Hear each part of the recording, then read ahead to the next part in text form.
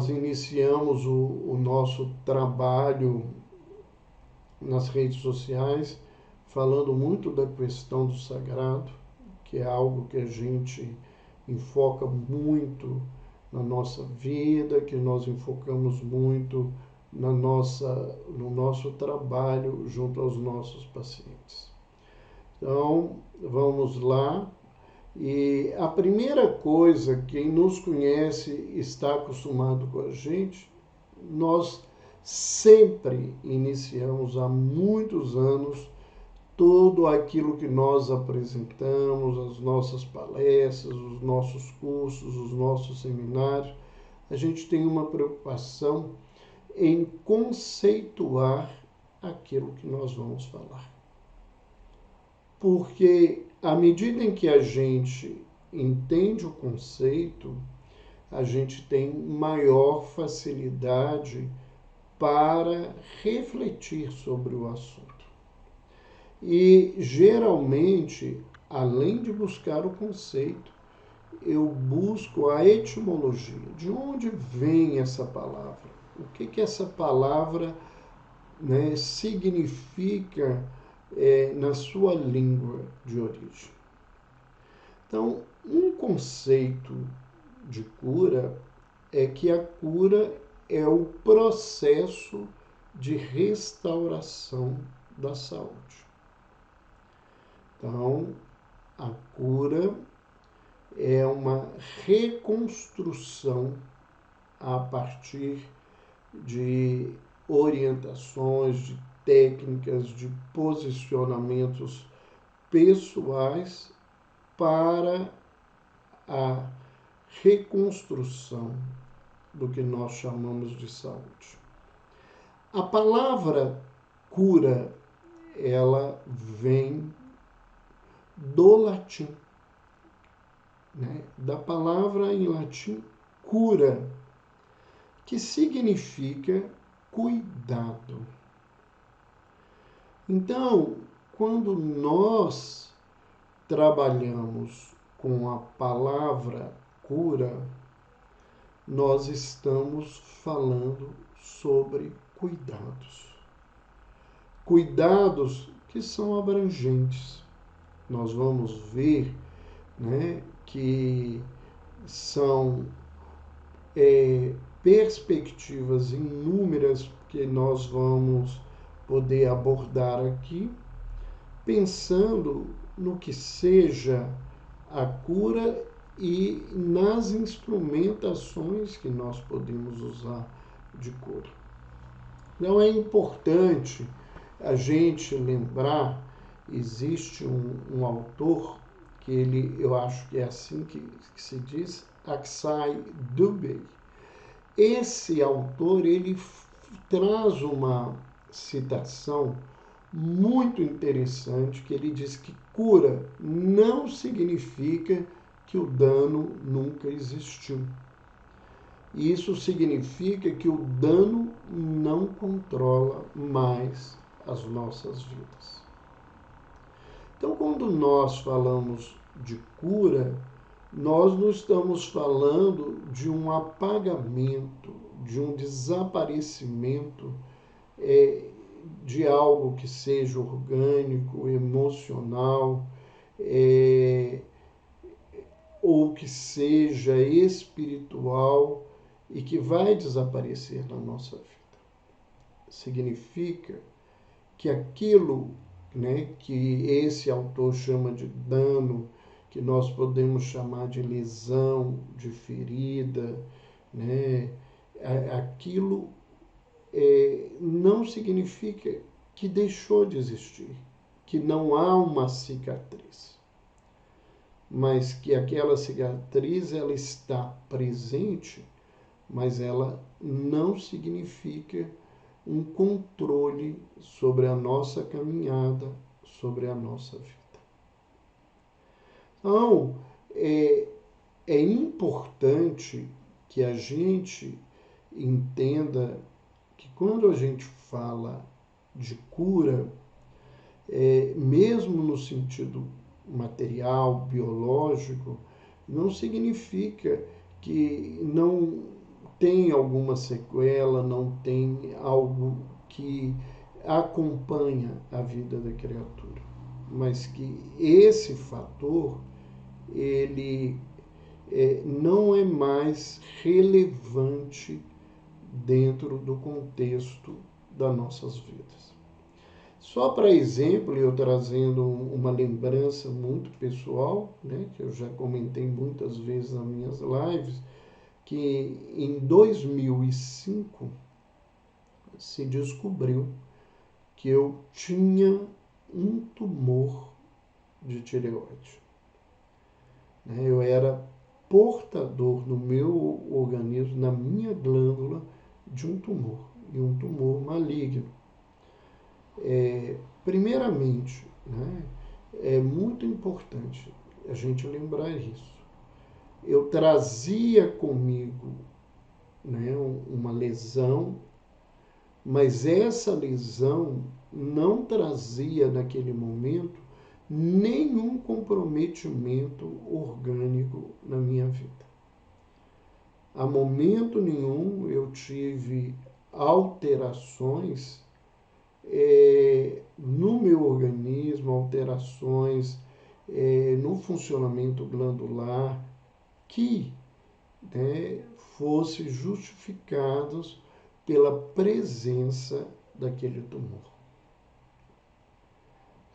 E a indicação foi extirpar a glândula, né, e posteriormente ser submetido a uma radioterapia muito específica, que é a iodoterapia, onde você ingere o iodo, né, o radioisótopo, e que ele vai funcionar como um elemento para destruir as possíveis células malignas que poderiam ter ficado no meu organismo. Então, a partir da retirada da glândula, né, eu passei a ter uma ausência da produção do hormônio, e essa ausência, né, ela tem um significado importante, crucial na minha vida, e desde então eu tomo diariamente o hormônio tiroidiano que me falta e que é importante para a minha caminhada. Em 2016, 10 anos depois do tratamento, eu fui considerado curado do câncer. Mas a falta do hormônio permanece. E se a gente fala em uma cicatriz, eu tenho uma cicatriz, inclusive, né, na região do pescoço, que pelo cuidado e habilidade do cirurgião, ela ficou praticamente invisível. As pessoas geralmente não a percebem comigo. Então, é aquilo que nós estamos falando. Cura não significa que o dano nunca existiu, né? Mas esse tumor não está mais presente na minha vida, e hoje, né, quase, né, vão fazer agora 17 anos que eu fui operado, e eu não tenho nenhum comprometimento nessa área, nenhuma alteração nesse campo, ou seja, aquele tumor não tem nenhum controle mais na minha vida, né? E as suas sequelas, né, as sequelas que são da cirurgia, elas estão aí presentes, mas graças a Deus, com a possibilidade da reposição hormonal e de ter uma vida normal, com acompanhamento médico, né, satisfatório. Então, isso é importante só para dar um exemplo nesse contexto. Quando a gente fala então de cura, a gente queria falar dos tipos de cura, né? Porque falar de cura, ele pode abranger para uma pessoa, para outra pessoa, um aspecto do indivíduo, né? Uma perspectiva que ele tem sobre o que seja a doença e a busca da saúde, e um trabalho dentro dessa perspectiva do indivíduo para buscar a cura. É interessante lembrar que nenhuma dessas abordagens a gente diz que é certo ou errado, são pontos de vista em que profissionais, em que terapeutas, em que pessoas que trabalham no campo da espiritualidade veem esse processo de cura. Então, muita gente, quando fala de cura, está falando de cura física, né? E muitas vezes também as pessoas querem apenas esse tipo de cura, né? A cura da diabetes, a cura de um câncer, a cura de um processo infeccioso, né? E a abordagem que a pessoa busca, ela está voltada totalmente a esse aspecto. E se o profissional ele tenta ampliar essa visão, muitas vezes a pessoa se sente insatisfeita ou vê que o trabalho não foi adequado. E nesse contexto, né, ela busca, né, retomar e reencontrar um profissional que esteja preocupado simplesmente com a sua cura física. Outras pessoas e outros profissionais, eles enfocam uma cura das emoções, dos sentimentos, das expressões que o indivíduo carrega. Às vezes até negando os elementos físicos, né, identificando-se apenas com as emoções e os sentimentos, e essa pessoa, né, ela busca esse recurso, às vezes sem também focar a questão orgânica, o próprio indivíduo, e ela fica satisfeita se emocionalmente ela está dando conta de lidar com aquilo, e muitas vezes o tratamento orgânico ele é deixado em segundo plano, né, por uma escolha do indivíduo. Tem muitas pessoas, né, que têm uma preocupação muito grande, né, com a sua vida intelectual, né, com a sua capacidade de pensar, com uma inteligência de raciocínio, com todo esse contexto, né, e ela foca na vida dela se manter dessa maneira, né, do ponto de vista da mente, do intelecto, e esquece muitas vezes as necessidades orgânicas, como é muito racional, não se identifica muitas vezes com aquilo que é emocional e acha que o importante na vida é a inteligência, o raciocínio, essa capacidade de se utilizar disso. Muitas pessoas, elas estão à busca de uma cura da alma, uma cura do espírito, uma transformação espiritual.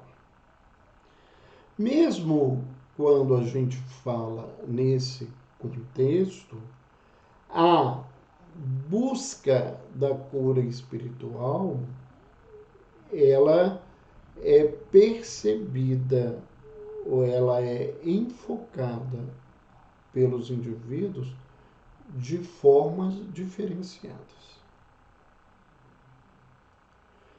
A maioria dessas criaturas que falam de uma cura espiritual, elas estão mais preocupadas com uma aparência de estarem bem espiritualmente, de se mostrarem portadoras de virtudes para o mundo, do que, na realidade, fazerem-se construtores de uma perspectiva espiritual diferenciada e profunda nas suas vidas. E nós diríamos que, em menor quantidade no planeta, nós encontramos pessoas que querem uma cura espiritual mais profunda, de uma verdadeira conexão com Deus, com o divino, com o sagrado, como as pessoas queiram chamar. Essa busca dessa conexão mais profunda, ela está presente na história da humanidade todo o tempo. E aqueles que são chamados de avatares, né? Hoje a palavra se tornou conhecida por causa do filme Avatar, né? Que já está na segunda edição, né? A segunda parte da história do Avatar, né? Está no cinema. Quem não assistiu, eu trago aqui a dica, vá assistir o filme, ele é muito bonito, não só a história, as mensagens, mas o trabalho de fotografia, as imagens, o 3D, faz para a gente, né, são mais de 3 horas de filme e a gente não vê o tempo passar. Muito bom, muito bom. E nós temos, né, então, através desses avatares, essa informação, né, dessa busca de uma cura espiritual mais profunda. Mas tem ainda uma outra abordagem, que é de uma cura integral.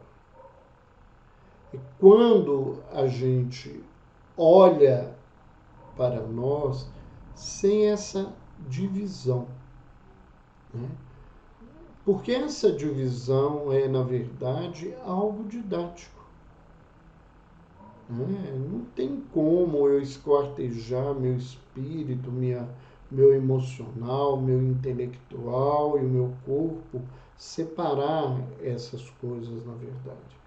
Isso é muito mais didático para a nossa inteligência, que ainda é muito pequena para aquilo que é muito mais amplo, que é essa conexão real do espírito com Deus. A gente faz esse aprendizado por etapas. Mas nós não somos na verdade, esse contexto e a nossa abordagem especial, a abordagem que a gente propõe, né? A abordagem com a qual eu trabalho dentro do meu consultório é de uma cura integral. Claro que eu sei que isso é um processo, é um caminho e que a gente não vai conseguir isso de uma hora para outra. Mas sei também que à medida em que você consegue falar sobre isso com as pessoas, elas vão ampliando essas condições dentro delas e elas vão podendo abrir a mente e o coração para buscar algo a mais na vida. E muito mais do que isso. Quando a pessoa se disponibiliza a buscar esse algo a mais, ela consegue progressivamente fazer com que algumas coisas que eram vistas como doenças, elas se transformem em instrumentos para o seu crescimento pessoal. E essa mudança de visão, que traz um certo alívio, muitas vezes também traz o desaparecimento daqueles sintomas e a pessoa se sente mais saudável.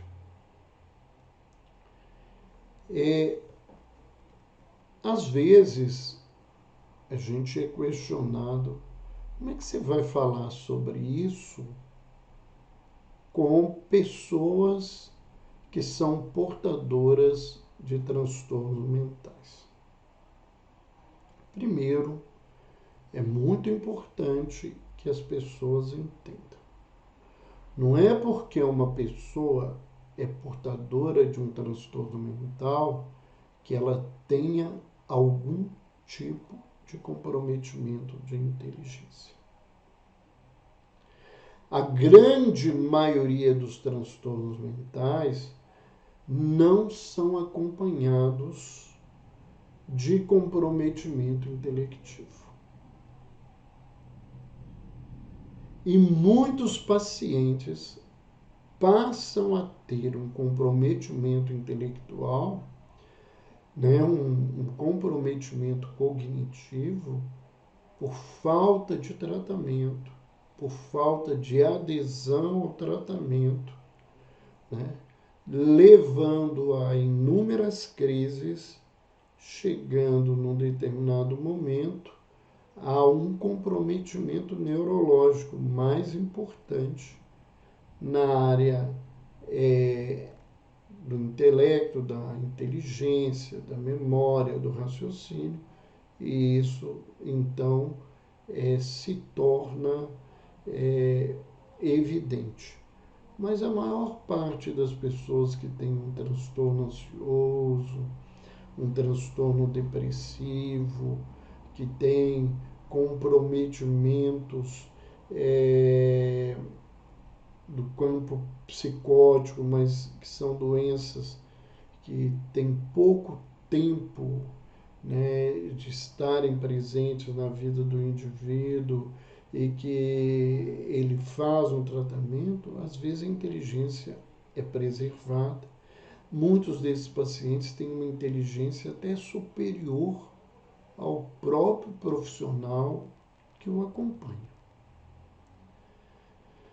Então, a partir do momento que a pessoa tem inteligência, a partir do momento que as pessoas têm a manifestação emocional na vida delas, elas podem ser tocadas a refletirem nesse contexto.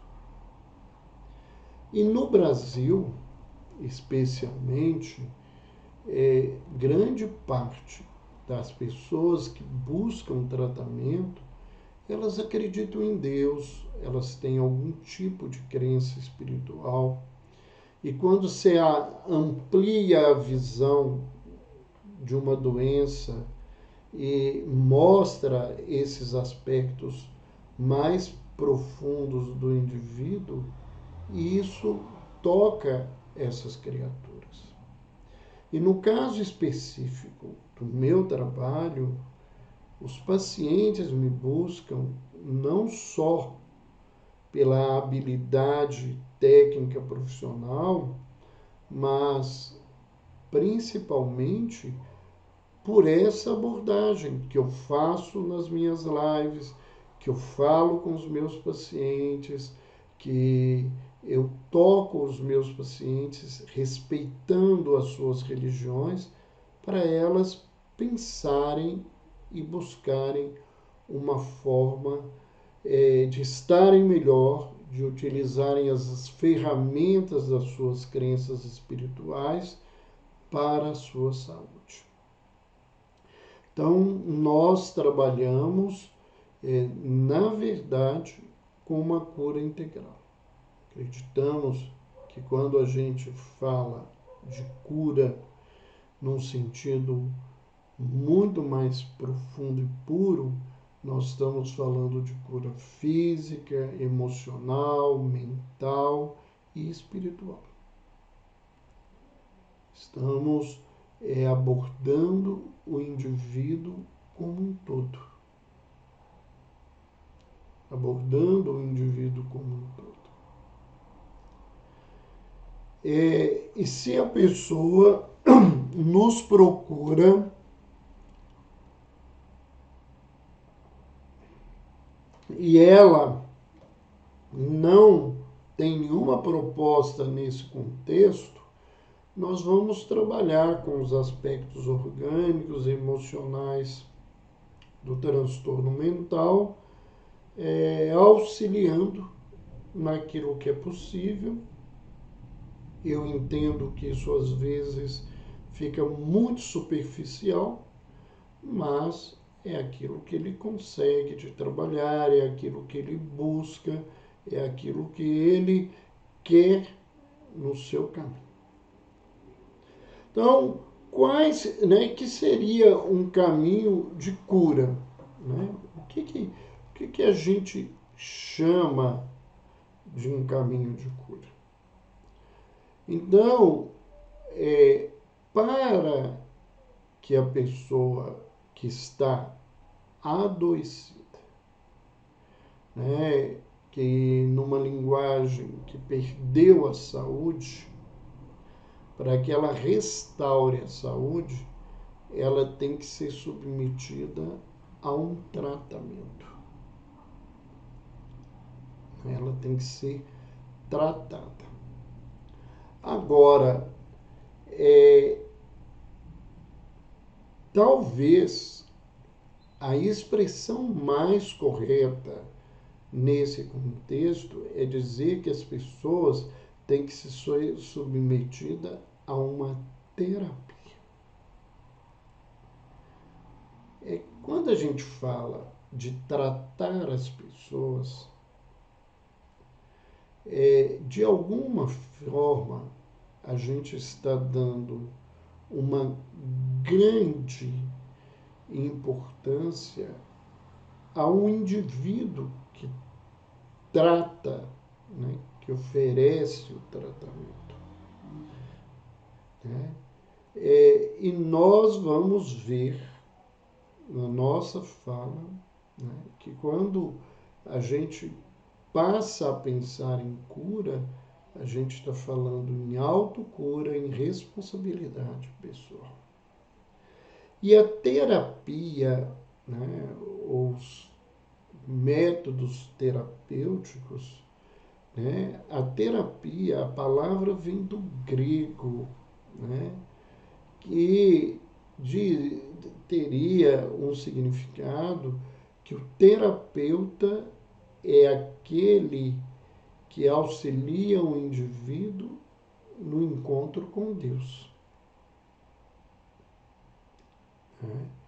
Não esse Deus que a gente coloca fora e distante, mas esse Deus que é interno, que é essa essência divina que todas as criaturas carregam com elas. Então, a proposta, quando a gente fala de um tratamento, nós vamos ver que existem diversas formas de direcionar esse tratamento.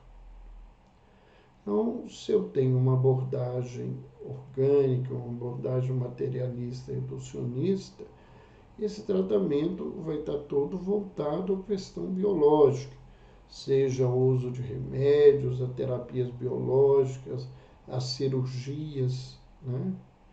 E necessariamente uma pessoa que recebe um tratamento desse, ela, a partir desse tratamento, ela está bem ou está curada. Muitos dos meus pacientes e muitas pessoas com as quais eu convivo e que se submeteram a algum tipo de tratamento orgânico para a retirada de um tumor, de uma doença, eu às vezes falo para as pessoas, não com um contexto de que eu sou alguém que adivinha o futuro, que eu tenho premonição. Não, da experiência de ver o comportamento do indivíduo após essa abordagem de tratamento, assim, não vai melhorar. E se desaparecer alguma coisa, vai aparecer novo problema. Por quê? Porque a pessoa, ela não fez um movimento interior verdadeiro de cura. E isso não depende de uma habilidade de um cirurgião, do conhecimento farmacológico de um médico, do conhecimento de ferramentas psicoterápicas por parte dos psicoterapeutas. Não. Isso tem que partir da criatura. Tem que ser uma proposta para a sua própria vida. E essa caminhada, ela tem o seu tempo. Não é o tempo de quem está cuidando ou do familiar que está ao lado.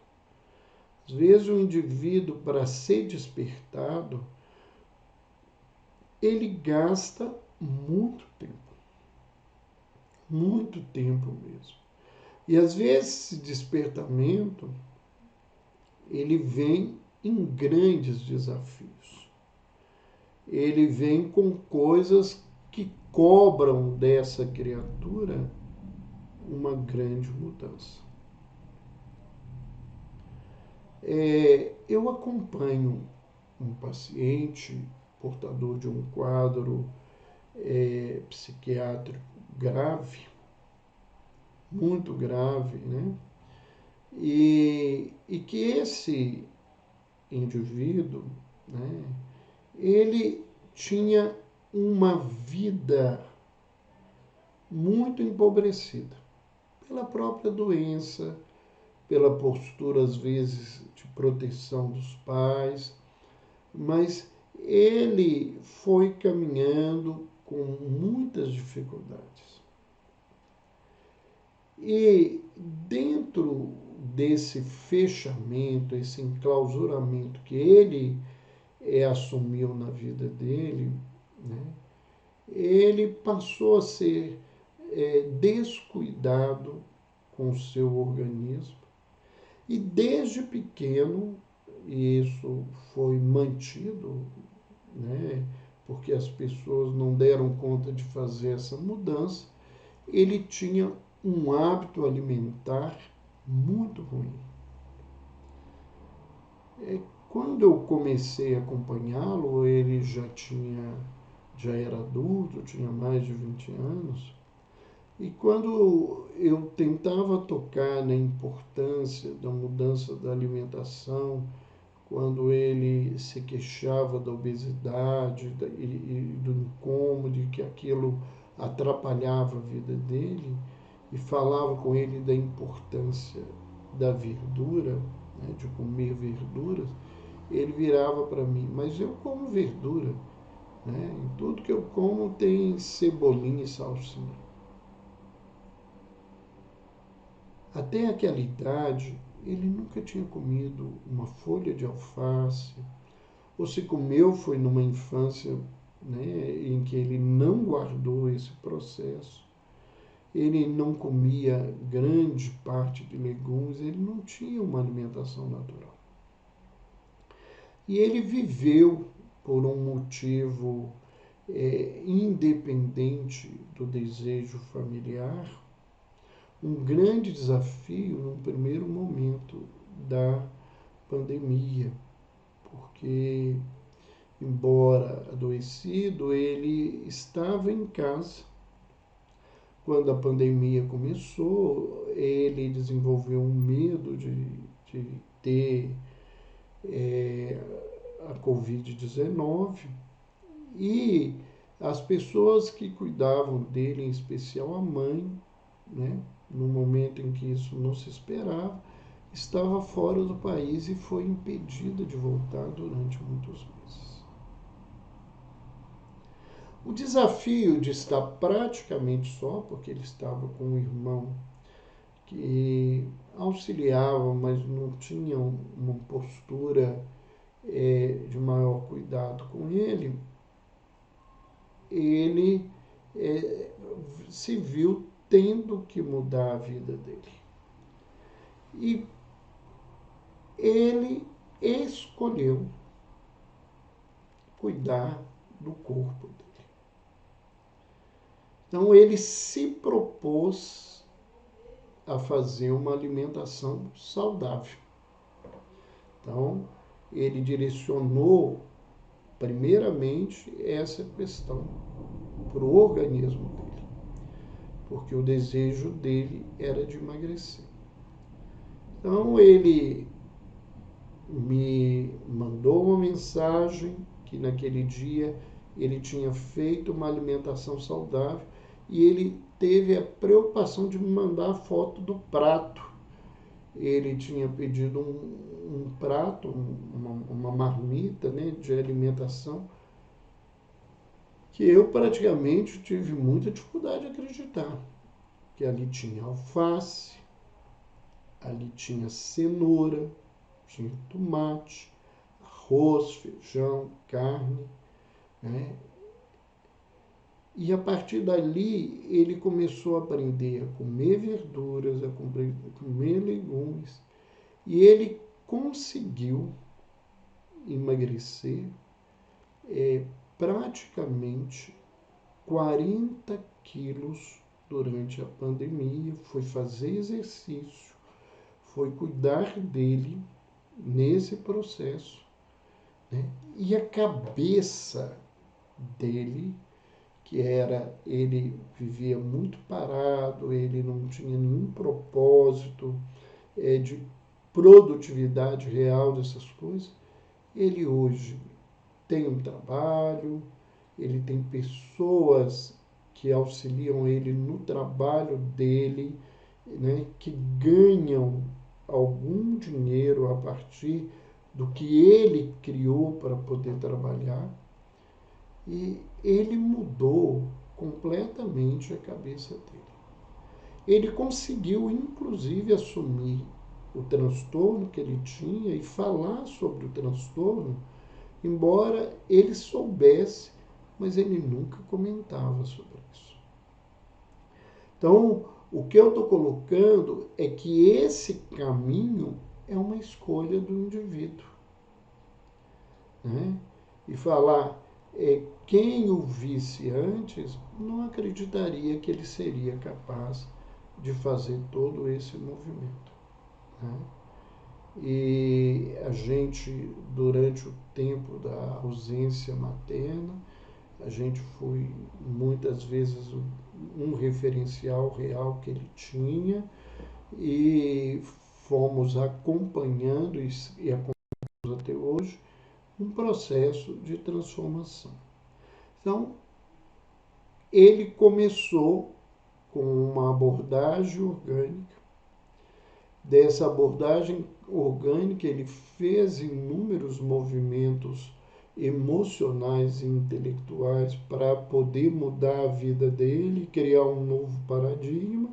E ele hoje está numa outra situação, ele não apresenta os sintomas psicóticos, ele está realmente numa condição diferente, né? Então, nós vemos que à medida que essas mudanças acontecem e que o indivíduo foca em algum tipo de processo de cura, ele progressivamente ele abre um espaço na vida para outras visões, para outras questões, né? E, embora ele saiba que eu sou espírita, ele não tem uma abordagem espiritual na vida, ou melhor, ele não tem uma crença religiosa na vida dele, né? Ele não se preocupa com a questão de Deus, não que ele hoje diga que Deus não exista, porque ele já fez isso muitos anos durante a vida dele, mas ele se abriu como pessoa, ele se mostra muito digno e procura ser ético na vida dele, e isso é muito importante nesse contexto. Então, nós vemos que os tratamentos eles podem se iniciar de diversas formas. E é importante que, quando a gente tem uma abordagem integral, a gente aproveite esses movimentos de saúde para ampliar essa visão, não no sentido de doutrinação, né? Através de questionamentos, através de propostas para a mudança dessa criatura. Então, nós vemos que, né, essa visão dele de se preocupar com a estética, com a obesidade, ele mudou todos os valores metabólicos dele, tudo, isso é fundamental, né? Ele mudou a vida dele, né? Nós temos que entender isso.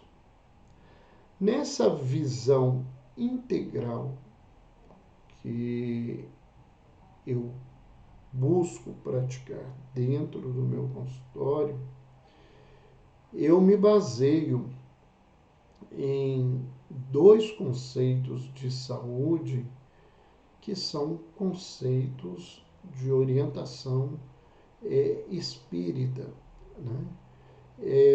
Mas que falam, na verdade, uma linguagem geral compatível com toda a visão do sagrado da história humana. Um desses conceitos é do Espírito Emmanuel, através da mediunidade de Chico Xavier, e está contido no livro chamado O Consolador, que é um livro de perguntas e respostas. E numa das perguntas sobre saúde, né, Emmanuel afirma que saúde é a plena harmonia da alma. Lembrando que, do ponto de vista espírita, alma é esse conjunto da essência espiritual no seu corpo físico. Né? Na visão espírita, quando falamos de espírito, nós estamos falando desse princípio inteligente ou dessa entidade extracorpórea. E quando nós falamos da alma, nós estamos falando desse conjunto que a gente comentava aqui.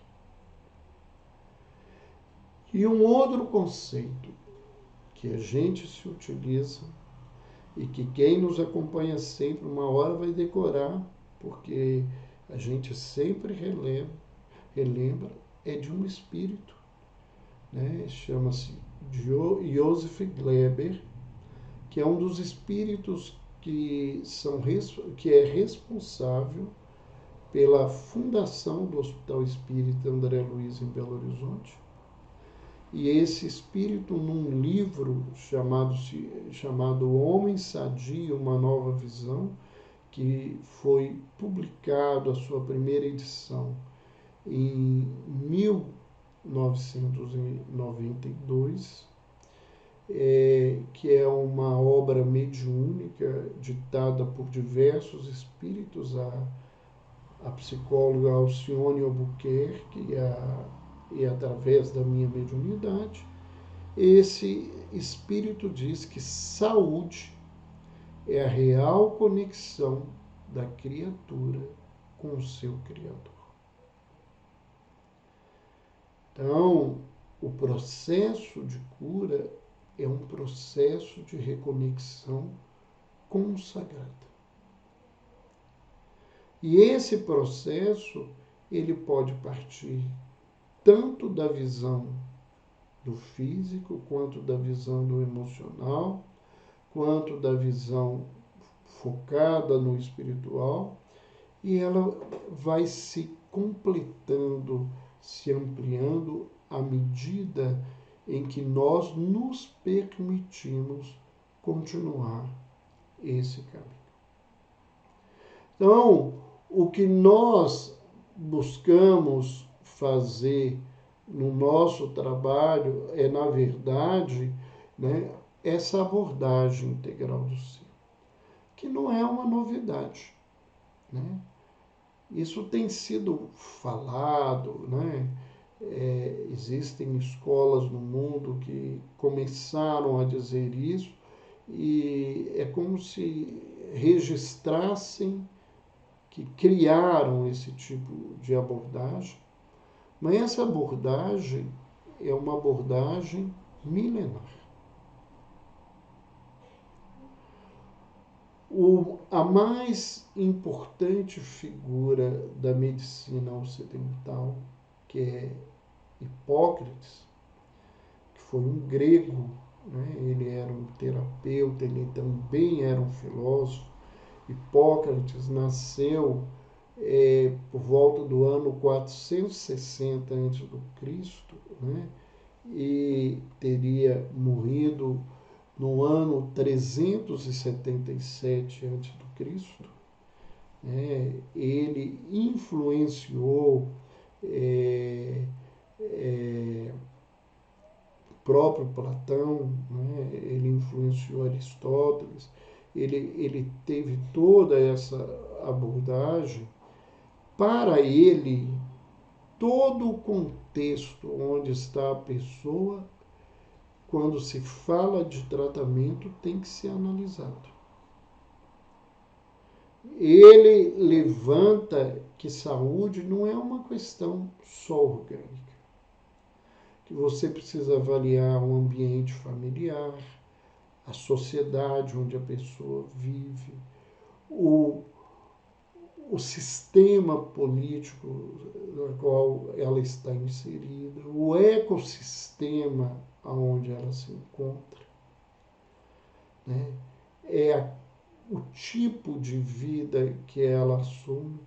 Então, ele já apresentava todos esses elementos, e a gente vai falar um pouco deles para a gente pensar sobre cura, né? A visão dele era uma visão bastante ampla nesse sentido.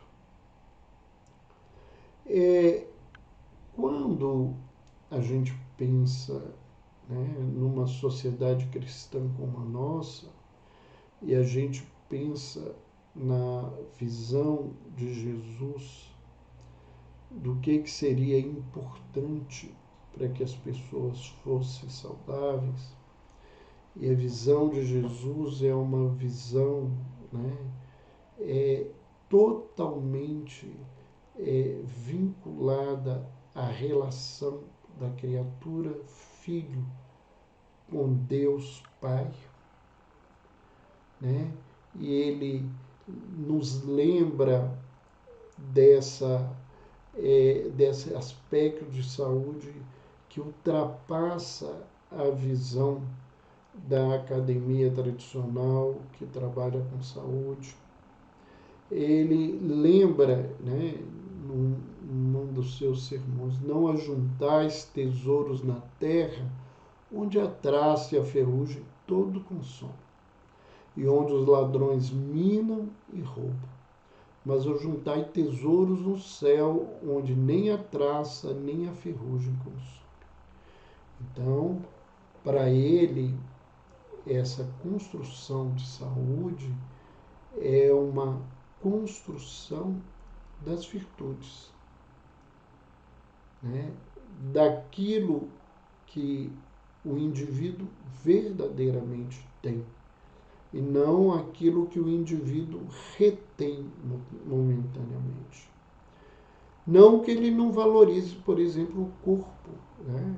Os relatos bíblicos mostram inúmeras curas. O texto diz claramente, né, que as pessoas pediam aos discípulos a condição de que pelo menos os seus doentes, ou ele doente, pudesse tocar, né, na veste de Jesus, e o texto afirma que todas as pessoas que o tocavam eram curadas. Né? Muita gente pode não acreditar nisso, mas nós estamos trazendo essa visão. Então, para ele também cuidava do corpo, ele tinha um cuidado, né, com o emocional, ele tinha um respeito pela figura humana, que é algo que a gente está precisando retomar, porque nós estamos numa sociedade extremamente egoísta, extremamente hedonista e extremamente desrespeitosa, né? E ele lembra, né? A gente vê a conversa de Jesus, né?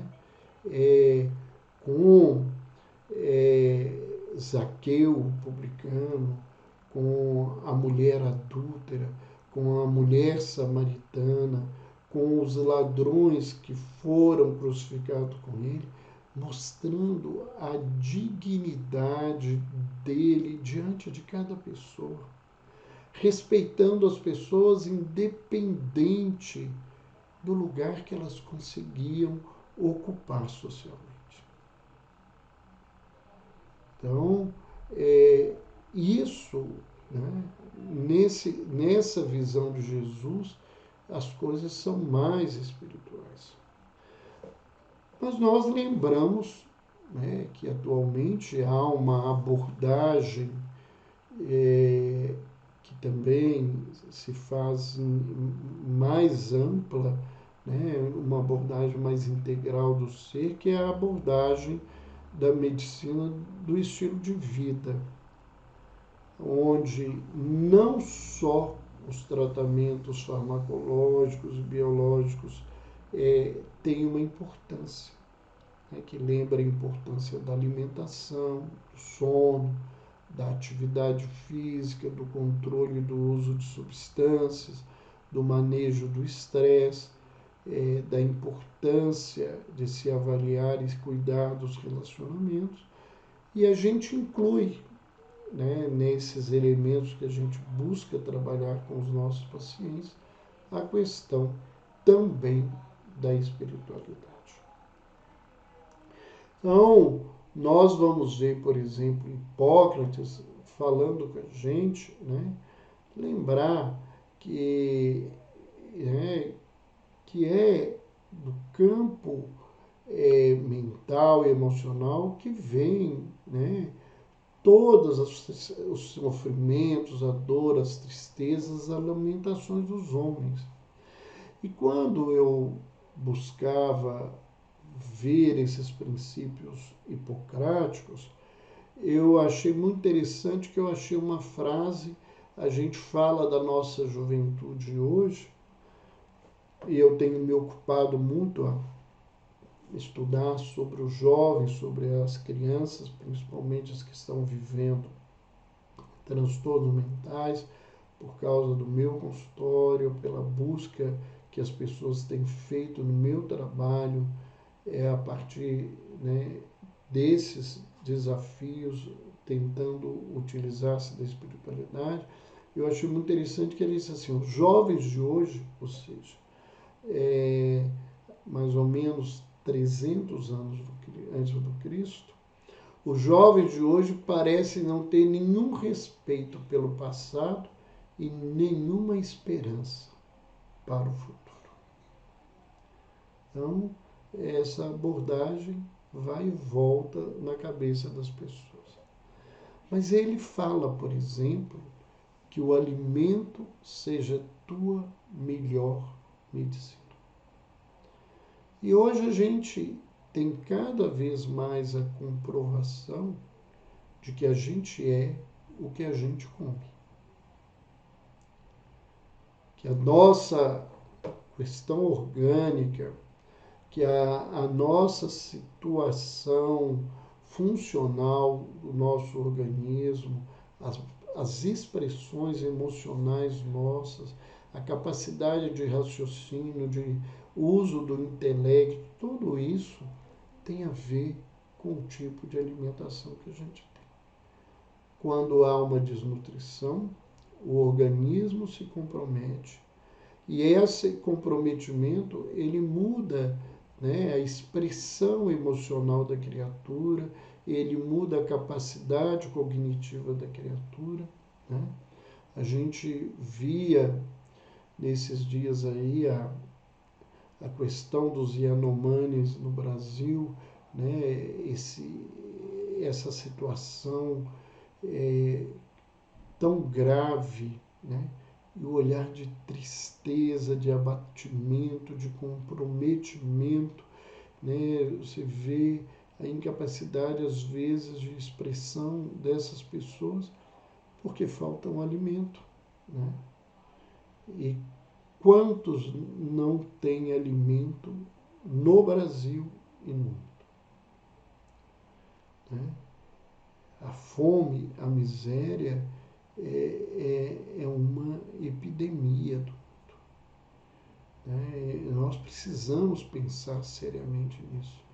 Pior, porque enquanto tem muita miséria e fome, os ricos, os países ricos, consomem e desperdiçam, principalmente desperdiçam alimentos que matariam a fome de milhões e milhões de pessoas. Ele levanta uma outra questão, né, que ele diz assim, tuas forças naturais, as que estão dentro de ti, serão as que vão curar tuas doenças.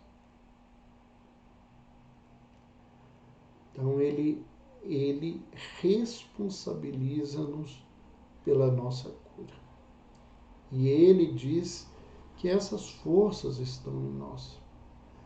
Posteriormente, na região da Judéia, né, um homem que se tornou a figura mais importante da história, que dividiu a história do mundo em antes e depois dele, dizia às pessoas que eram curadas e que vinham agradecê-lo e a bendizê-lo, e ele dizia, a tua fé te salvou. Vá e não peques mais. Muda o teu caminho, muda os teus propósitos, muda a tua forma de agir, a tua forma de fazer. Né? Ele diz que para os males extremos remédios. quanto mais grave é a doença, mais se exige do tratamento, né? E esses tratamentos, às vezes, são tão graves quanto as doenças, e um exemplo real disso são as quimioterapias, onde muitas pessoas não dão conta de manter o tratamento, o organismo se fragiliza com o tratamento, e às vezes esse fragilizar é tão grande que a pessoa vai ao óbito, não por um erro médico, né, mas pela gravidade de todo esse processo. Ele ainda vai nos dizer, né, coisas extremamente importantes nesse processo de transformação e cura. Trabalhar, comer, beber, dormir e amar, tudo deve ser moderado. A cura é um equilíbrio. O processo de conexão espiritual é um processo de equilíbrio. Todas as vezes que o nosso foco pende para um lado mais, as coisas ficam mais difíceis. A gente tem que cuidar do todo. Nós não somos uma parte, nós somos um todo, né? E ele lembra que às vezes a cura, né, ou às vezes não, ele afirma, a cura está ligada ao tempo. E às vezes também às circunstâncias. Então, o processo de cura é um caminho. Então, nós vamos entender nesse contexto que cura, né, primeiro é uma perspectiva. Se eu vejo o mundo do ponto de vista material e eu tenho um câncer, para mim a cura é só ficar livre de um câncer. Dentro da Associação Médico Espírita de Minas Gerais, da qual nós participamos, existe um grupo que se chama Grupo de Psico-Oncologia e Espiritismo, né? O Grupo de Estudos de Espiritismo e Psico-Oncologia, GEPSICO, que é o segundo grupo que surgiu dentro da associação, né, depois do grupo de estudos de Espiritismo e Psiquiatria, que foi quem fundou a Associação Médico Espírita de Minas Gerais.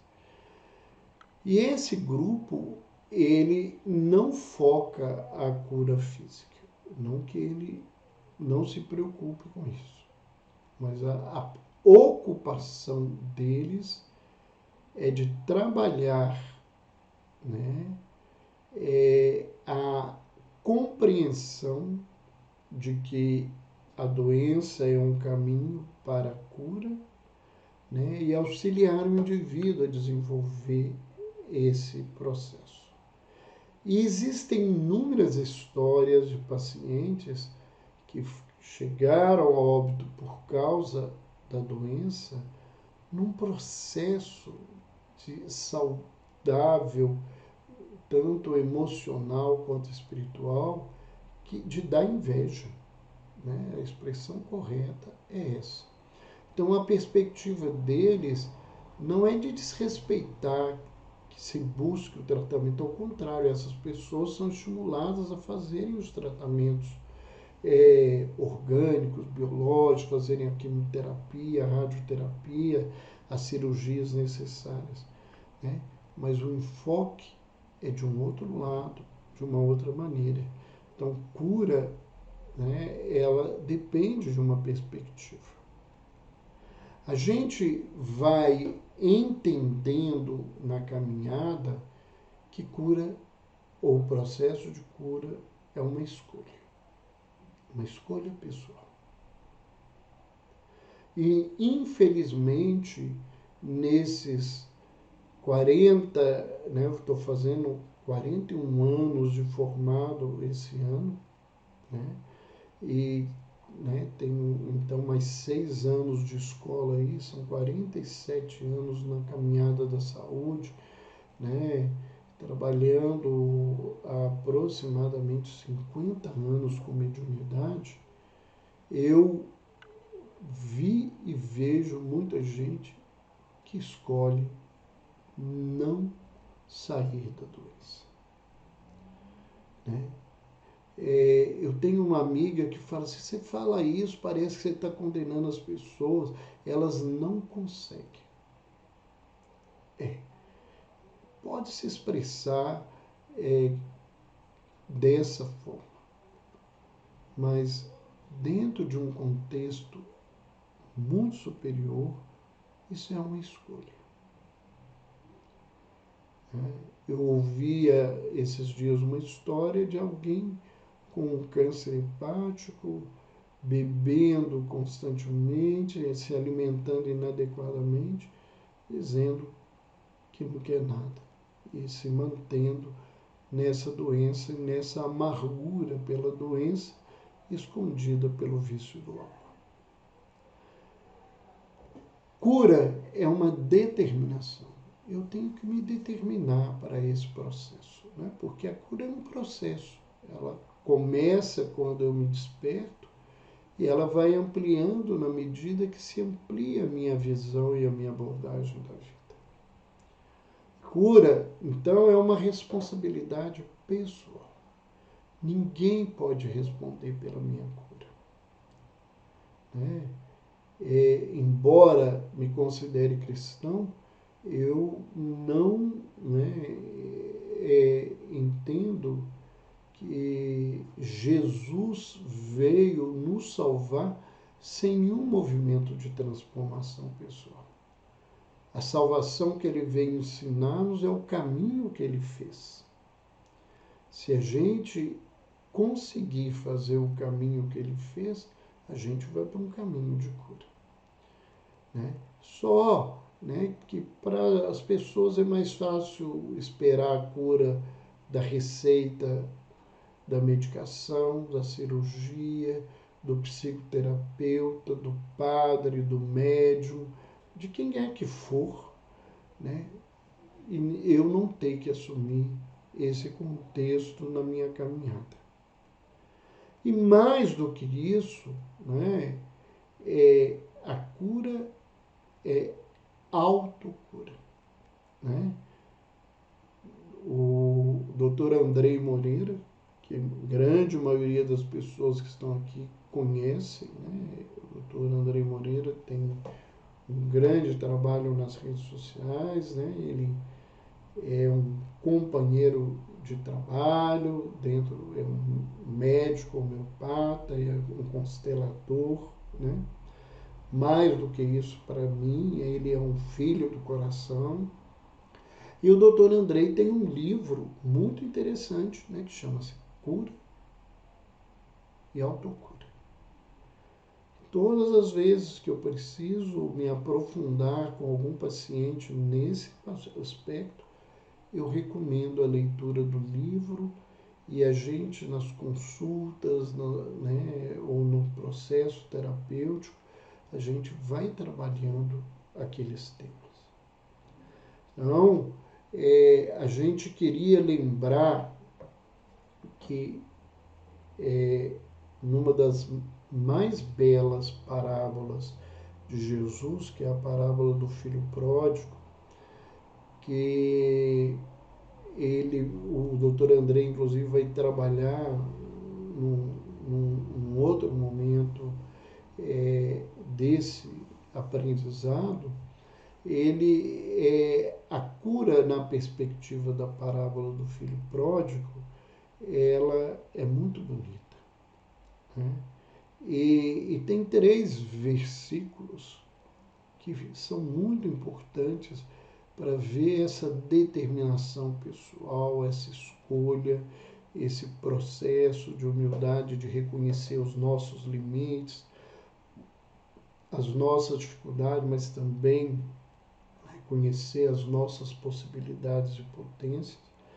E o texto diz assim: caindo em si, ele, o filho pródigo, que tinha gastado tudo que tinha recebido, né? Como a grande maioria de nós desgastamos de todos os bens que nós recebemos, inclusive da vida, ele disse: quantos empregados de meu pai têm comida de sobra e eu aqui morrendo de fome? Eu me porei a caminho e voltarei para o meu pai e lhe direi: Pai, pequei contra o céu e contra ti. Não sou mais digno de ser chamado seu filho. Trata-me como um dos teus empregados. O reconhecimento da minha doença, o esforço de um caminho, de um retorno, de uma reconstrução. E a gente vai ver que o texto é muito lindo, porque ele está voltando.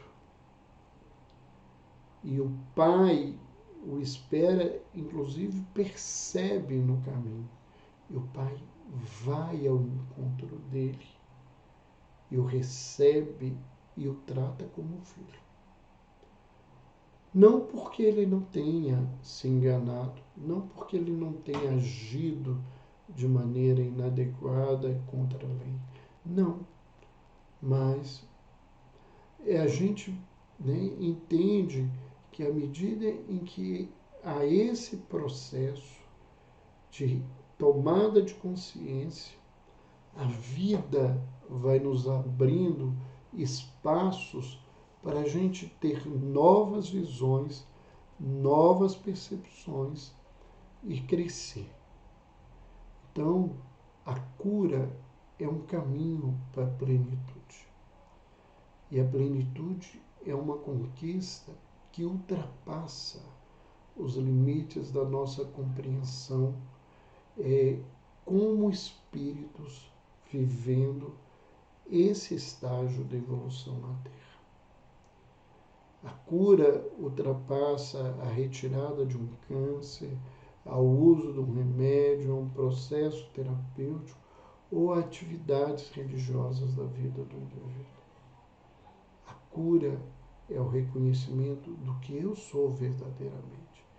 E à medida em que eu me reconheço comigo, eu me encontro com Deus, eu aprendo a conhecer as pessoas e buscando o respeito em mim, eu aprendo a respeitar o outro. Eram essas as nossas colocações. Lembrando a todos que a partir dessa semana nós não vamos manter essa live no Instagram, mas ela em breve vai estar no nosso canal do YouTube.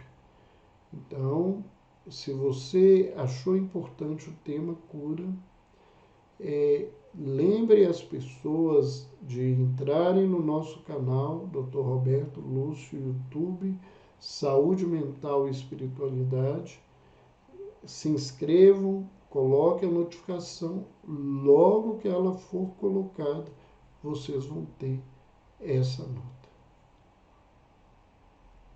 Um beijo no coração, boa semana para todos e até a próxima terça-feira.